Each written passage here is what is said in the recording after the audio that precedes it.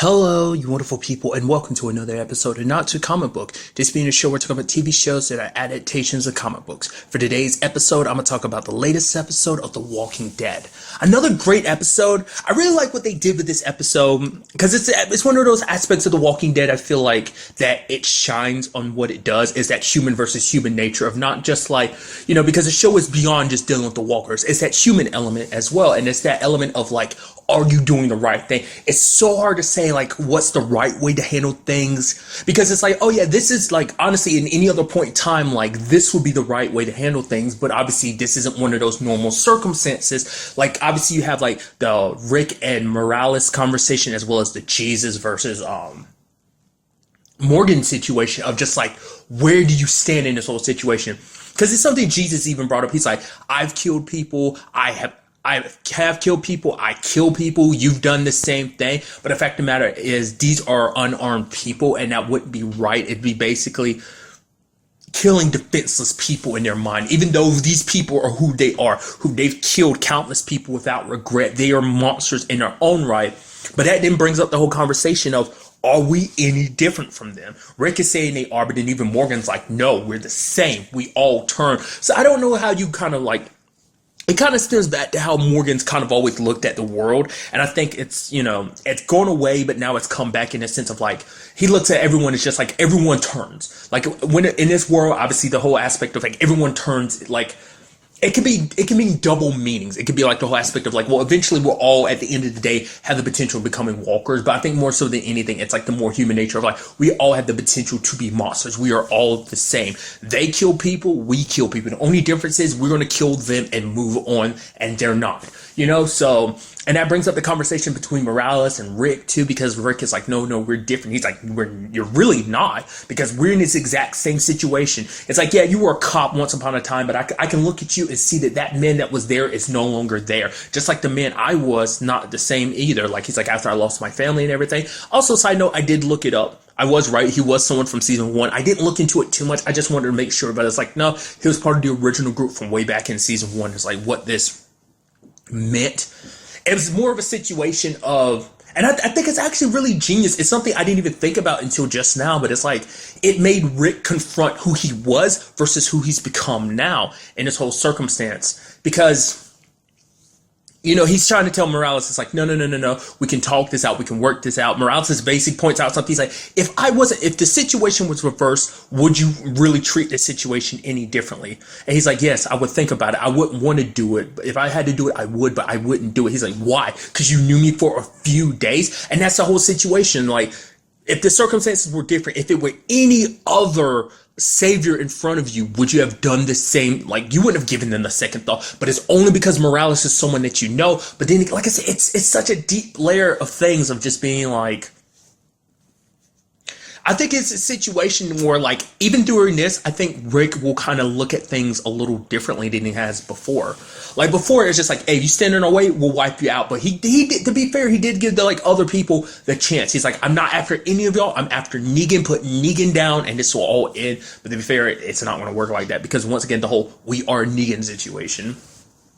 I mean, even in Morales' case, it's like, well, the saviors found me, and they were like, hey, I'm worth something. So it's like they kind of gave meaning to his life, because he felt empty. He was just waiting to die or to turn or whatever, just because everything he had was gone. And even, Rick comes from that too. It's like, we've lost so many people along the way. He lost Lori, I mean, actually, it's kind of really messed up, just a little bit I do know about the comic book, because it's one of those things I'm fine with knowing, because it kind of ties into like the Walking Dead video game. So it's just kind of an interesting thing. Like, I ended up looking up about that, and it, in particular, the Telltale ones, I looked into certain things, like the Lily character popped up in there.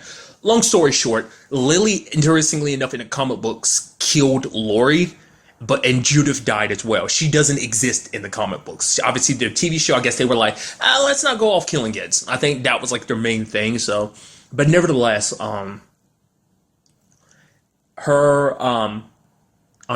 which is kind of interesting. Out of anyone, he would mention Andrea. I think that's kind of a wink and a nudge, because I think I might have brought this up last season, but if you didn't know, in the comic books, it's kind of a spoiler. Andrea's still alive, and she's Rick's girlfriend. So, it's kind of been a thing where it's like people in the show tend to take on different roles. So I kind of get the feeling like Michonne plays her role in the comic books, but also plays a little bit of Andrea's role, especially like her and Rick being a couple and everything. But it's just kind of interesting thing, like amongst anyone. It's also interesting too. He brought up Shane, but that's like Shane was your best friend until like the whole him and Lori situation, plus him trying to kill you situation. So like that made things super awkward. But just the Andrea thing in particular, maybe it's just because it's like Morales and Andrea. It's like, okay, she's one of the original group that you were closest to. So, but he even brought up the whole Glenn situation, and then brought up the whole Maggie situation. Like, oh, the widow that you're talking about, like, oh, that Negan doesn't want me, the widow or the king dead.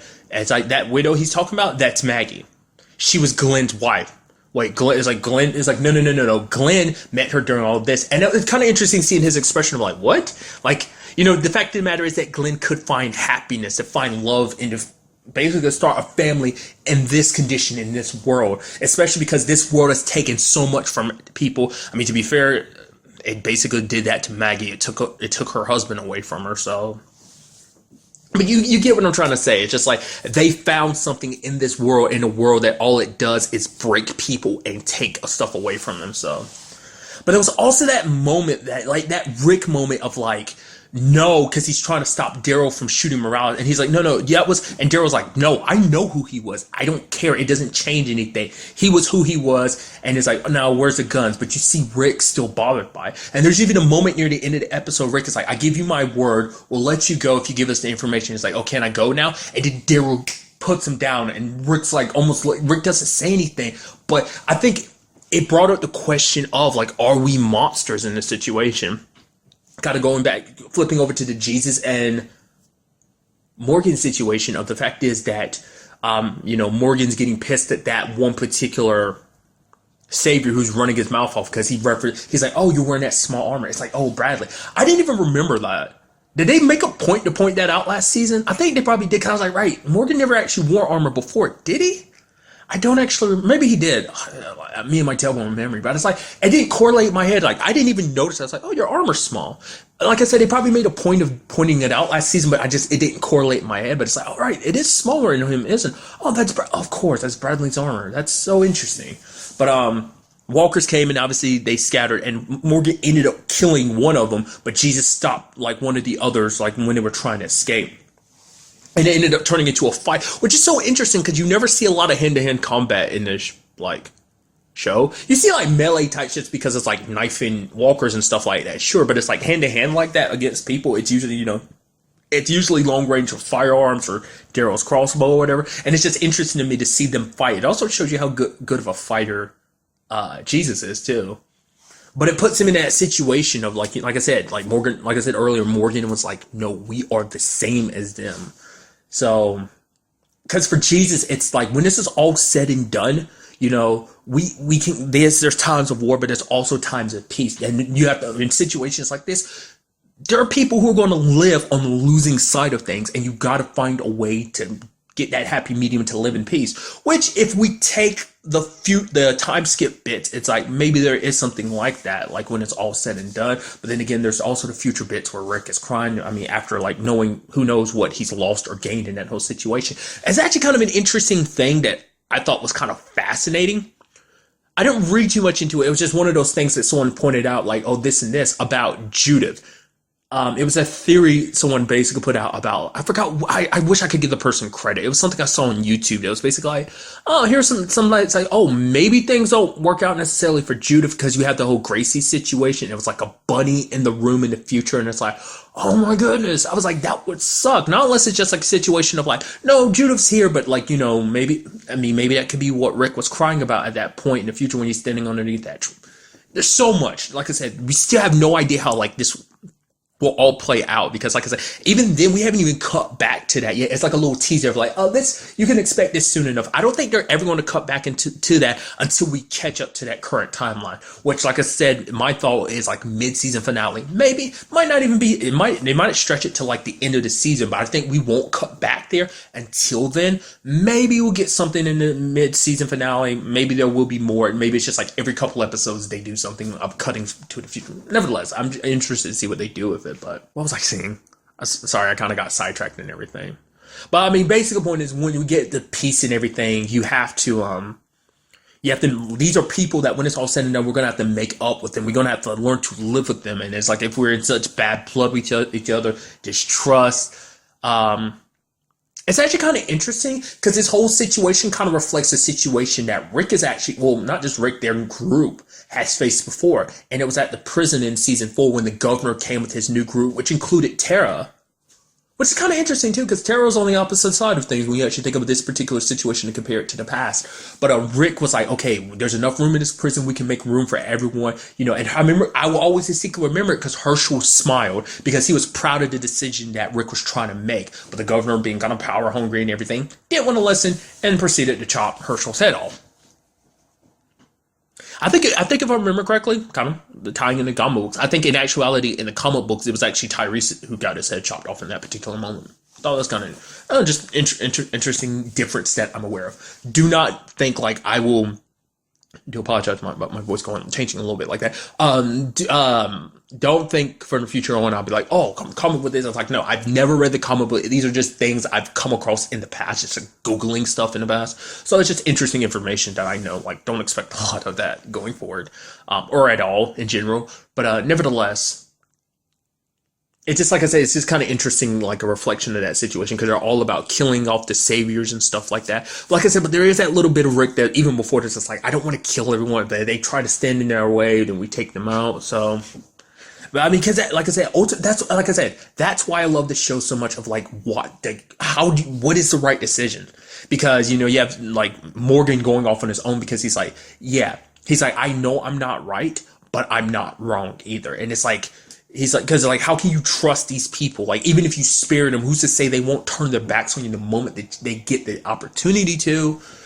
It's like, how can you ever trust them after everything they've done? You know what they've done, what you and your people, what Maggie has lost because of people like them, So they lost Sasha, they lost Abraham because of this whole situation. Granted, Sasha sacrificed herself, but still, God, Spitzer being like cut open by Negan last season. Like, there was just so much that happened. Abraham, like, it's like, how can you go back from that? I mean, partly I can assume it's just because it's mainly Negan that you blame for all that, not all of the saviors. But all of the saviors have their own part to play in this whole situation because they stand by him, they defend him, they have him as leader, so it's like his actions fall on them, and I'm sure that's what Daryl looks at too, because it's like no, the saviors aren't just controlled by Negan, whereas Rick just wants to kill Negan and trying to not make it about himself, but I think on some level it still is. Like, you just can't help it, just human nature to kind of still be a little bit selfish in that regard, but it is like, this is more than so I don't know. I'm kind of going off on my a tangent, so I do apologize. So like I said, it's just interesting thing, like, what is the right decision in this? Like, obviously, like I said earlier, there is an obvious decision of like, you side with Jesus, you don't kill people like this. But at the same time, it's like, these people try to kill you, you're just defending yourself. And, but at the same time, it's like what Morgan said, it's like, how are we any different? Either we're just like them, except the fact is we're the ones moving on. And that's the whole question too. It's like, when it's all said and done, how do you stop yourself from becoming them? You take them out of the equation. Who's to say that later on down the road, you don't become the saviors that someone other group has to mount up to take you down? And that kind of plays into the comic books a little bit. It's like a tiny thing I remember reading somewhere. I thought it was kind of interesting. Once again, it's kind of spoilers for the comic books because I think it's more recent stuff. So if you've read the comic books, I won't say anything about it. It's just, it was just kind of an interesting thing. Like, there was a character in particular they were referencing in the comic books. I won't say who, but it's like, oh, this character could potentially become the next Negan. I was like, that's so interesting. That character out of anyone. But I was like, looking at what, like, I don't know the differences between a TV show and a comic book. I'm like, certain interactions between those characters, I'm like, between that character and Negan, I'm like, I can actually see that. Just because, nevertheless. So we do have Morgan leaving, which is all interesting considering the fact is Morgan stayed behind, like even when like Rick was all about killing them back in season 6, like doing this, and Morgan was against it, but he still stayed. But now it's like I said, it's that situation where just Morgan is just being consumed by his anger because of everything that happened, like because he got close to someone again, and it was kind of the same situation. I'm sure, in retrospect, I guess it was almost like having his son there again, and like that amount of loss, that powerful loss, just kind of broke him again, you know. So, I mean, we do ultimately see that Tara still 100% agrees. So, before I mean, you know, and then tying that all in with the fact is we have freaking Gregory returning to the hilltop. It's like, you garbage human being. After everything you've done, you have the audacity to come back. And he's like, no. He's explaining things to Maggie. I was like, please tell me, let Maggie please be there. Let Maggie please be there so she can shut him down. It's like, yeah. And she's like, really? And first of all, she's like, why do you have Gabriel's car? I was like, what? Gabriel? I don't know who that is. Oh, is that? They don't know, but it's like, oh, that's the guy that you left behind. You lying sack of crap. The guy who was trying to help you, and you left him to die, which we still haven't cut back to him with Negan yet, but nevertheless. But going back to it, like him making excuses, he's like, no, everything I did, I wasn't betraying you. Like, I was doing what was best for the people and everything, yada, yada, yada. Maggie's like, shut up. You were going to sell everyone out. Even that dude Cal was like giving him the middle finger, like up above. It's like, you even ate the little girl's pancakes. I didn't eat the pancakes. But then like Maggie's walking away, and he's like, is this okay? He's like, I admit it. I was scared. I didn't think you guys would win. I figured this was the best option. He tried to make it seem like he was doing it for everyone else, but in actuality, you just wanted to save your own hide. Stop lying. So he admits it to a certain degree, but he doesn't fully admit it like he should. That like really like it was all about himself. But then he kind of pulls on Maggie's heartstrings of being like, the fact of the matter is, you can't do this. Are you really just going to let me stay out here and die? Like, is this the type of person you want to be? And Maggie, being who she is, she lets him in because it's like, yes, he's not worth killing. And she goes, yeah, so, which is like, it's still kind of a mistake. Once again, is it the right thing to do? Jesus comes back with the group. Because even like them, when they were being attacked by the walkers, some of them didn't run simply because they knew that the others had guns. It was not because like, oh, like, no, it's like, no, like they didn't run because they knew the others had guns on them, and that's everything. But also, side note, like I did say it earlier, it kind of showed you what kind of a psychopath those, let's face it, psychopathic assholes that guy in particular was. Because it's like they're letting you live, and what do? You egg Morgan on just so he would, you know, I guess he figured he'd rather die than be like pitied or something, like spoils of war type of. I don't know, but nevertheless, Jesus does bring this to Maggie, and it's like even Maggie's like, I don't know what to do. Like, not she doesn't know what to do, but it's like there are families here. We can't let them in. But it's like, and Jesus is like, yeah, but we can't let them go either. Now that we're here, there's so many of them. Plus, we can't kill them. He's like, we can't kill them. It's like there's some like trailers and stuff, we can lock them in, keep guards on them. That is the question. I am curious to know what Maggie would do. Like Tara even said it last episode that Rick would agree with her. In a current situation, would Rick do it? I don't know. Daryl sure as hell would, but I don't know if Rick would, just in the situation because they did surrender. I think that would change it. And like I say, especially the side of Rick we saw in this episode, like I said, it's such a fascinating episode with the way they did things like that. And I'm so curious to see like what they do going forward. And obviously there is another side of things, the whole Eric and Aaron situation, which is like heartbreaking. I was just hoping on some level that, like, I was almost like thinking we're going to see his body at the end where they're like covering up their dead and everything like that. But no, he got turned. And Aaron was like, I can't leave him like that. But it's like he got pulled back because it's like, it sucks. They had that final moment of like, I love you and I love you too. Aaron felt bad because it's like, I brought you into this. Like, Eric was super against the fighting, like, even before this, like, last season and this season, like, has always been against it. But then, like, you know, Aaron kind of pushed him into it. But then even he admits, like, I am here now because I wanted to be. Yes, you might have started off by pushing me into this, but I wanted to be here to fight. And it's like, the others need you. And thanks to Aaron, the others were able to go help, you know, Rick and Daryl. So, but sadly, it's just like, it's never easy losing someone that you love. Like, I mean, they all know that situation. Maggie knows that situation. Rick knows that situation, losing a person that you love like that. And it's just, it's heartbreaking to see Aaron torn up like that. But you do see him with the little girl Gracie that they pulled out the building.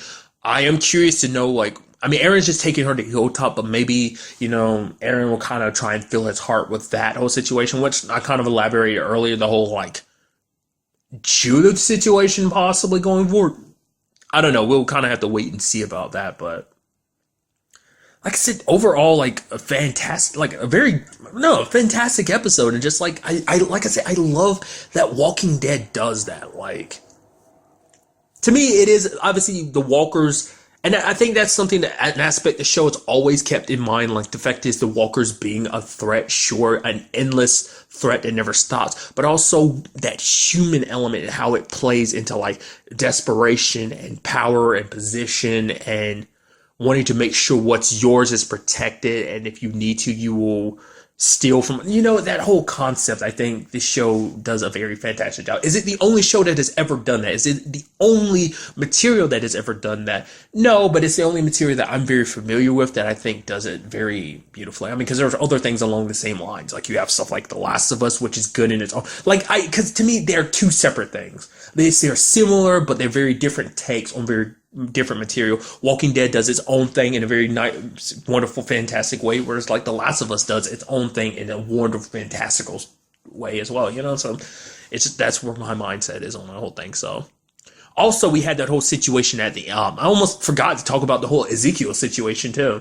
It's so impressive them going the entire situation not having lost anyone. It's like, we won't lose anyone. They might have the numbers, but we have the strategy and everything. So after 2 encounters, they ended up walking away. Not one person lost one person. Their smiles, they're happy, they're uplifted.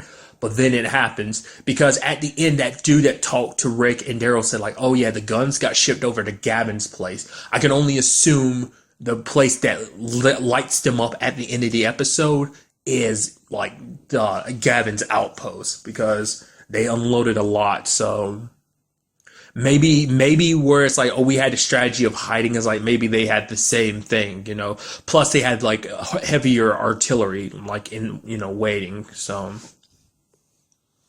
it does, like the moment things start happening, like Ezekiel tells everyone to kind of get down and scatter, but you do see some people kind of stand in front of Ezekiel willing to sacrifice himself. And that's kind of an interesting thing too, because it's like Ezekiel's been in that situation before where he's had people like sacrifice himself for it. But in this particular situation, I'm curious like how he will handle it, because it's like, because in all honesty, this whole king thing, as we know, is a front. But it's like when it's all said and done, like, will that persona crack after everything? It's like, no, we'll be fine. We haven't lost anyone. Victory, like all we can do is we won't lose. Like him hyping his people up, it's a situation of like, it has a positive side, but a situation like this can also have a drastic downside, because it's like you brought them up, you put them up here.